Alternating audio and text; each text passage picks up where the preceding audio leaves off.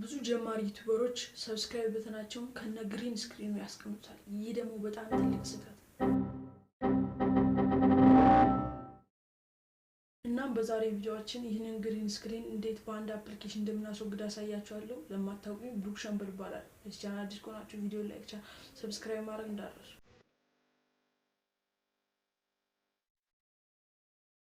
በመጀመሪያ ወደ ኢንሹት አፓችን እንገባለን። በመቀጠል ቪዲዮ የሚለውን እንጫነውና እንደዚህ ያመጣልናል። ከዛ ኒው የሚለውን ነክተን ቪዲዮአችንን እንመርጣለን ማለት ነው።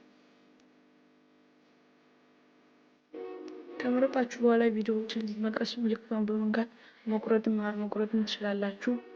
ካስተካከላችሁ በኋላ ራይት ምልክቷን ትነኳታላችሁ።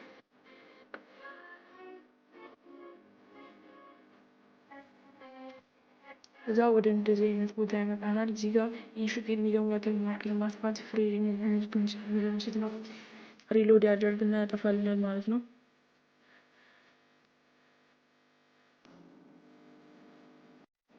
በመቀጠልም እዚህ ጋር እንደምትመለከቱት ፒፒ የሚለውን እንነካውና ወደ እንደዚህ አይነት ቦታ ሲያመጣ የምንፈልገው የሰብስክራይብ በተን ያዘጋጀነው ወይም ግሪን ስክሪን ያዘጋጀነው ግሪን ስክሪን እናስገባለን።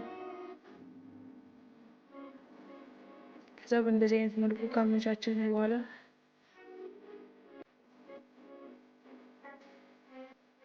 ፒፒ የሚለውን በድጋሚ እንነካታለን። ከዛም እዚህ ጋር ካታውት የሚለውን ከነካን በኋላ እዚህ ጋር ወደ አረንጓዴው ስናመለክትለት አረንጓዴውን ያጠፋልናል ማለት ነው። ስለዚህ እዚህ ጋር በፈለጋችሁ ፐርሰንት ቼንጅ ማስተካከል ትችላላችሁ። ሻዶውን እንደዚህ ማስተካከል ትችላላችሁ። እንደዚህ ካስተካከላችሁ በኋላ ራይት ምልክቷን ትነኳታላችሁ። ከዛም በምትመለከቱት መንገድ ግሪን ስክሪንን አጥፍቶ የሰብስክራይብ በተናችንን በእንደዚህ አይነት መልኩ አስተካክሎልናል ማለት ነው።